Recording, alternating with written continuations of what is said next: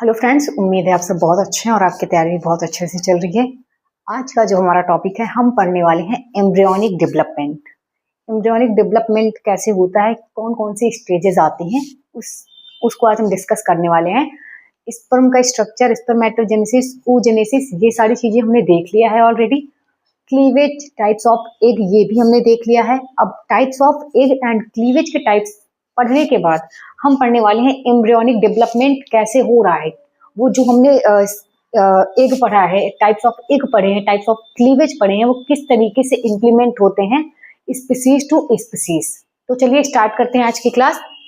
Embryonic development, जब कोई organism अपनी एम्ब्रियोनिक डेवलपमेंट में होता है, फर्टिलाइजेशन के बाद जब मेल एंड फीमेल गैमीट के न्यूक्लियस का फ्यूजन होता है, गैमीट का फ्यूजन नहीं होता है, याद रखिएगा, मेल एंड फीमेल गैमीट के न्यूक्लियस का फ्यूजन होता है, तो जब जायगोट बनता है उसके बाद की डेवलपमेंट को क्या कहते हैं, embryonic development.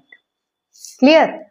The process whereby a fertilised egg undergoes, एक फर्टिलाइज्ड एग, कैसा एग, फर्टिलाइज्ड एग, यानी कि वो क्या हुआ है, मेटाफेज 2 की प्रोसेस जो है, उसकी जो अरेस्टेड स्टेज होती है वहां पे उसको स्पर्म मिल गया है और स्पर्म के साथ उसका फ्यूजन हो गया है और जाइगोट बन गया है, फर्टिलाइजेशन हो चुकी है। मेटाफेज की मियोसिस 2 की प्रोसेस जो है वो कंप्लीट हो चुकी है, हम कह सकते हैं। Fertilised egg zygote undergoes rapid mitotic cell division. Fertilised egg होता है वो क्या करता है, माइटोटिक डिवीजन करता है। कैसा डिवीजन करता है, तो याद रखिएगा किस टाइप का डिवीजन कर रहा है। फर्टिलाइज्ड एग का जो डिवीजन है वो किस टाइप का हो रहा है, mitotic. Differentiation to become a multi cellular embryo and eventually a foetus called embryogenesis. तो होता क्या है, जो फर्टिलाइज्ड एग होता है जिसे हम जाइगोट कह रहे हैं, वो क्या करता है, माइटोटिक सेल डिवीजन करता है एंड डिफरेंशिएशन, और डिफरेंशिएट होकर के एक मल्टी सेलुलर एम्ब्रियो बनाता है। हम ह्यूमन बीइंग्स की बात करें, मैमल्स यानी कि मैमल्स की बात करें, रेप्टाइल्स, एम्फीबियंस, बर्ड्स, फिशेस, किसी की भी बात करते हैं, जो भी मल्टीसेलुलर ऑर्गेनिज्म है उसमें इसी तरीके से एम्ब्रियोनिक डेवलपमेंट की प्रोसेस होती है। किसी भी कॉर्डेट की बात कर रहे हैं हम जैसे, तो उसमें एम्ब्रियोनिक डेवलपमेंट जो होगा, तो उसमें जो एम्ब्रियोनिक डेवलपमेंट होगा, चाहे वो फिश होंगी, रेप्टाइल्स, बर्ड्स, फिशेस, एम्फीबियंस, कोई भी हो, उसका एम्ब्रियोनिक डेवलपमेंट की जो प्रोसेस सीक्वेंस होगी वो इसी तरीके से होगी। क्लियर? तो become a multi cellular embryo, एक मल्टी सेलुलर एम्ब्रियो बनता है and eventually a foetus called embryogenesis, और उसी को क्या कह रहे हैं, फीटस कहते हैं। और इस पूरी प्रोसेस को, जाइगोट से लेकर के मल्टी सेलुलर ऑर्गेनिज्म तक बनने की प्रोसेस को क्या कहते हैं, एम्ब्रियोजेनेसिस कहते हैं। जिसे क्या बोलते हैं, फीटस जो बन रहा होता है, फीटस को एम्ब्रियो भी बोलते हैं। ये प्रोसेस क्या है, एम्ब्रियोजेनेसिस है। आगे देखते हैं, अगर डिफिनेशन की बात करते हैं हम एनसीईआरटी बेस्ड, तो क्या है, the transformation of a single cell zygote. Cell क्या, जाइगोट क्या है, एक सिंगल सेल है। क्या है, एक सिंगल सेल है। वो बात अलग की है कि वो हेप्लॉइड नहीं, हेप्लॉइड या डिप्लॉइड में अगर आपसे पूछा जाता है कि जाइगोट हेप्लॉइड है या डिप्लॉइड, तो आप कहेंगे जाइगोट क्या है, डिप्लॉइड है, बिकॉज हेप्लॉइड न्यूक्लियस उसको कहां से मिल रहा है, फीमेल बॉडी से, और हेप्लॉइड न्यूक्लियस उसे स्पर्म से मिल रहा है। क्लियर? तो transformation of a single cell zygote to a complex multicellular organism through mitosis and differentiation. Mitosis and differentiation के थ्रू, जो माइटोसिस और डिफरेंशिएशन के थ्रू एक मल्टीसेलुलर ऑर्गेनिज्म का फॉर्मेशन होता है अ सिंगल सेल से। वो सिंगल सेल क्या है हमारी, जाइगोट से। तो आप याद रखिएगा, transformation of a single cell zygote to a complex multicellular organism through, किसके थ्रू, माइटोसिस एंड डिफरेंशिएशन। तो ये हमारी एम्ब्रियोनिक डेवलपमेंट की डिफिनीशन हुई। अब बात करें हम, अगर एम्ब्रियोनिक डेवलपमेंट में स्टेजेस कौन कौन से आती हैं, फर्टिलाइजेशन हो गया, जाइगोट का फॉर्मेशन हो गया, जाइगोट के बाद की प्रोसेस क्या है, तो जाइगोट बनने के बाद क्या होता है, क्लीवेज की प्रोसेस आती है। क्या होता है, क्लीवेज की प्रोसेस आती है। उसके बाद ऑर्गेनोजेनेसिस, अलग अलग चीजें वो हम बाद में देखेंगे। तो क्या हुआ, जाइगोट हुआ, क्लीवेज की ही प्रोसेस है। ये जो चीजें हम पढ़ रहे हैं अभी आगे इसमें पढ़ेंगे, ये क्लीवेज ही है। क्या है, क्लीवेज। तो क्लीवेज में क्या होता है, डिवीजन होता है सेल का, और डिवाइड होकर वो मल्टी सेलुलर बनती है। क्या बनती है, एक सिंगल सेल ही क्या करती है, डिवाइड कर करके मल्टी सेलुलर बनती है। आपने पढ़ा होगा ऑमनिस सेलुला ई सेलुला, क्या होता है, प्री एग्जिस्टिंग सेल से सेल बनती है। तो एक सिंगल सेल हमारी जायगोट थी, उसी से क्या होती है, एक मल्टीसेलुलर ऑर्गेनिज्म बन रहा है, एक प्री एग्जिस्टिंग सेल्स है, उसी से अदर सेल्स बन रही हैं। क्लियर? तो क्लीवेज हुआ तो बनता क्या है, मॉरुला स्टेज आती है, फिर मॉरुला के बाद ब्लास्टोसिस्ट आती है, ब्लास्टोसिस्ट के बाद गैस्ट्रुला आता है। लेकिन आप गैस्ट्रुला को अभी नहीं देखेंगे, ब्लास्टोसिस्ट के बाद क्या होता है, उस सेल का क्या होता है जो ब्लास्टोसिस्ट बन जाती है। ब्लास्टोसिस्ट ही जाकर के इम्प्लांटेशन इन यूट्रस, फीमेल की बॉडी में यूट्रस में जाकर के अगर पूछा जाए आपके कि इम्प्लांटेशन किस स्टेज में होता है एम्ब्रियो का, तो आप बोलोगे कि ब्लास्टोसिस्ट स्टेज में क्या होता है, एम्ब्रियो का इम्प्लांटेशन होता है इन मदर यूट्रस। ओके, तो ये सीक्वेंस आप बिल्कुल नहीं भूलेंगे कि सबसे पहले क्या आता है, जाइगोट आता है, जाइगोट बनता है, जाइगोट के बाद क्लीवेज की प्रोसेस स्टार्ट होती है तो मॉरुला बनता है, मॉरुला के बाद ब्लास्टुला बनता है, ब्लास्टुला को ही ब्लास्टोसिस्ट बोलते हैं। कंफ्यूज मत होइएगा, ब्लास्टुला एंड ब्लास्टोसिस्ट सेम चीज है। ब्लास्टोसिस्ट का ही इम्प्लांटेशन होता है इन यूट्रस, उसके बाद क्या होती है, गैस्ट्रुला बनता है और गैस्ट्रुलेशन की प्रोसेस होती है। तो इसके बाद के लेक्चर में हम जब देखेंगे तो गैस्ट्रुलेशन की पूरी प्रोसेस देखेंगे कि किस किस टाइप के होते हैं और किस ऑर्गेनिज्म में किस तरीके से परफॉर्म हो रहा होता है। अब बात करते हैं हम प्रोसेस की। The blastocyst inner cell mass differentiated into, क्या हो रहा है, जो ब्लास्टोसिस्ट है, ब्लास्टोसिस्ट यानी कि ब्लास्टुला, ब्लास्टुला की जो इनर सेल मास है, इनर सेल मास इसका डिफरेंशिएट होकर क्या बना रहा है, एम्ब्रियो बना रहा है। और वहीं इसका जो आउटर मोस्ट सेल यानी कि आउटर इनर मास है, सॉरी आउटर सेल मास है, वो क्या बना रहा है, वो ट्रोफोब्लास्ट बनाता है। और यही ट्रोफोब्लास्ट क्या करता है, अटैचमेंट का काम करता है टू एंडोमेट्रियम। किससे अटैचमेंट कराता है, एंडोमेट्रियम। अब आपसे पूछा जाए कि अगर इनर सेल मास और आउटर सेल मास जिसे हम ट्रोफोब्लास्ट बोल रहे हैं, इसमें से कौन सी सेल जो है वो जाकर के इम्प्लांटेशन के लिए इंडोमेट्रियम से बाइंड होती है या अटैच होती है, तो आप बोलेंगे कि ट्रोफोब्लास्ट है, जिसे हम क्या कहते हैं, ट्रोफोब्लास्ट को ही हम प्लेसेंटा बोलते हैं। क्या बोलते हैं, प्लेसेंटा। आपने पढ़ा होगा कि प्लेसेंटा क्या करता है, मदर और एम्ब्रियो की बॉडी के बीच में कनेक्शन का काम करता है, और प्लेसेंटा के थ्रू जो एम्ब्रियो होता है, जो फीटस होता है, उसे न्यूट्रिशन मिलता है, गैस का एक्सचेंज होता है, और यही प्लेसेंटा उसी प्रोटेक्शन का काम भी करती है, एम्ब्रियो का डेसेंस से बचाती है, यानी कि सूखने से बचाती है। तो प्लेसेंटा भी आपका एक डिफरेंट टॉपिक बन जाता है जो कि बहुत इंटरेस्टिंग है, उसको भी हम आगे कभी डिस्कस करेंगे। अभी के लिए आप याद रखिए कि जो ट्रोफोब्लास्ट है वो प्लेसेंटा का फॉर्मेशन करता है, और यही ट्रोफोब्लास्ट जो है, जब प्रेगनेंसी चेक होता है तो आपने एचसीजी हार्मोन सुना होगा कि एचसीजी हार्मोन्स के बेसिस पर ही क्या हो रहा होता है, चेक किया जाता है कि ये प्रेगनेंसी पॉजिटिव है या प्रेगनेंसी निगेटिव। और प्रेगनेंसी की जो प्रोसेस चेक की जाती है, इसको हमने कल के लेक्चर में पढ़ा था, ये किसके थ्रू होता है, एलाइजा के थ्रू। किसके थ्रू होता है, एलाइजा के थ्रू होता है, इसको हमने कल के लेक्चर में पढ़ा था।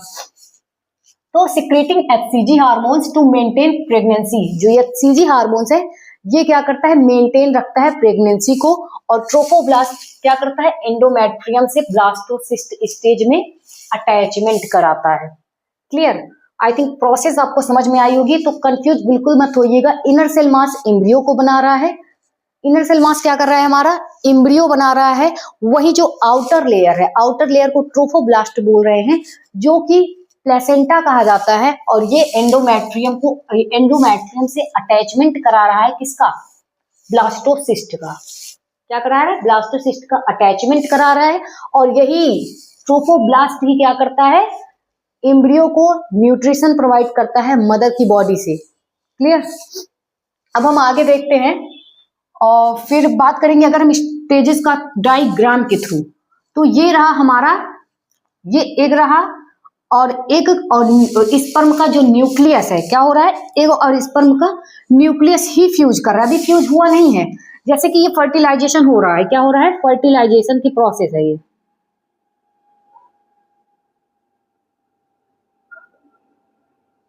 क्या हो रहा है, ये फर्टिलाइजेशन की प्रोसेस। एक बात और ध्यान रखिएगा, फर्टिलाइजेशन क्या होता है कि टू टाइप्स का होता है, एक्सटर्नल एंड इंटरनल।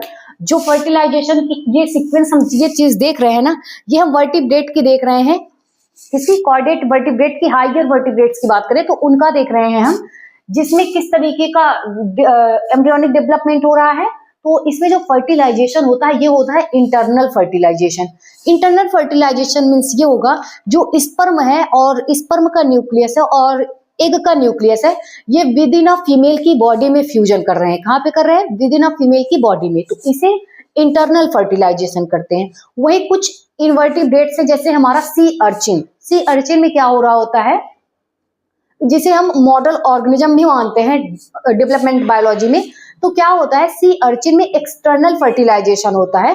तो एक्सटर्नल फर्टिलाइजेशन का मीन्स ये है कि ऑर्गेनिज्म अपना एग रिलीज कर देता है वाटर में, वो उसको एक मीडियम चाहिए फर्टिलाइजेशन के लिए, तो वाटर में जो फीमेल होगी वो क्या करेगी, अपना एग रिलीज कर देगी और उसी एग का स्पेसिफिक जो होगा, उसी स्पीसीज का स्पेसिफिक जो मेल होगा उसी के स्पर्म से जाकर के वाटर बॉडी में यानी कि एक्सटर्नली फर्टिलाइजेशन होगा, तो उसे हम एक्सटर्नल फर्टिलाइजेशन कहेंगे।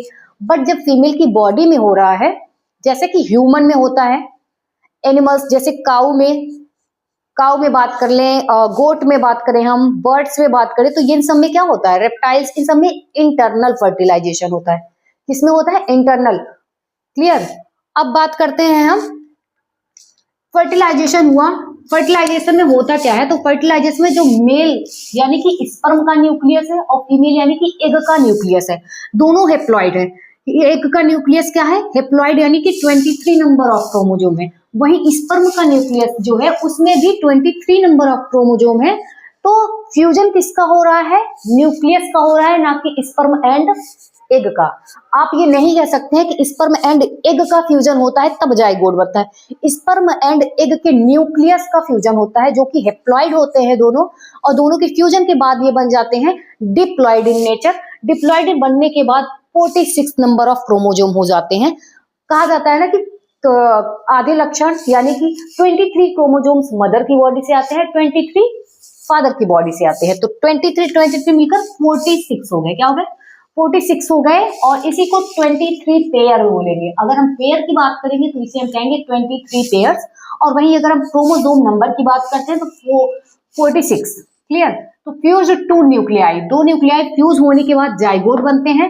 अगर पूछा जाए जाइगोट क्या है, तो आप कह सकते हो कि फ्यूजन ऑफ टू न्यूक्लियाई, जिसमें क्या है, मेल न्यूक्लियाई है, एक फीमेल न्यूक्लियाई है। तो ये हो गया हमारा जाइगोट। अब जाइगोट बन चुका है। जाइगोट बनने के बाद स्टार्ट होती है क्लीवेज की प्रोसेस।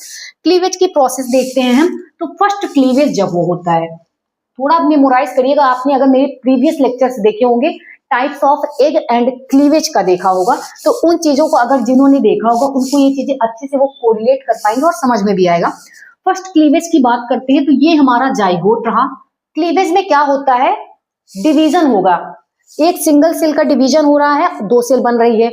तो जो डिवीजन होगा ये एग है किसी, जैसे ह्यूमन का एग हम मान लेते हैं, तो ह्यूमन का एग किस तरीके का मैंने बताया था, तो ह्यूमन का एग जो होता है वो होता है आइसोलेस्थल। आइसोलेस्थल मींस उसमें जो योग का कंसंट्रेशन होता है वो इक्वल होता है, सेम होता है पूरे एग में। क्लियर। और इसमें डिवीजन की अगर हम क्लीवेज की बात करते हैं तो होलोब्लास्टिक क्लीवेज पाया जाता है। कैसा क्लीवेज पाया जाता है? होलोब्लास्टिक, यानी कि top to bottom, animal pole to vegetal pole पूरा डिवीजन होगा। क्या होगा? Animal pole to vegetal pole complete division होगा, तो इसे हम होलोब्लास्टिक क्लीवेज बोलेंगे। तो सेकेंड सेल स्टेज में क्या हुआ, ये जाइगोट में हुआ फर्स्ट क्लीवेज, 2 सेल स्टेज बना। 2 सेल स्टेज में डिवीजन क्या हुआ, पूरा का पूरा डिवीजन टॉप टू बॉटम हो, जिसे होलोब्लास्टिक क्लीवेज बोल रहे हैं। 2 सेल मिलने के बाद इसमें फिर सेकेंड क्लीवेज होता है।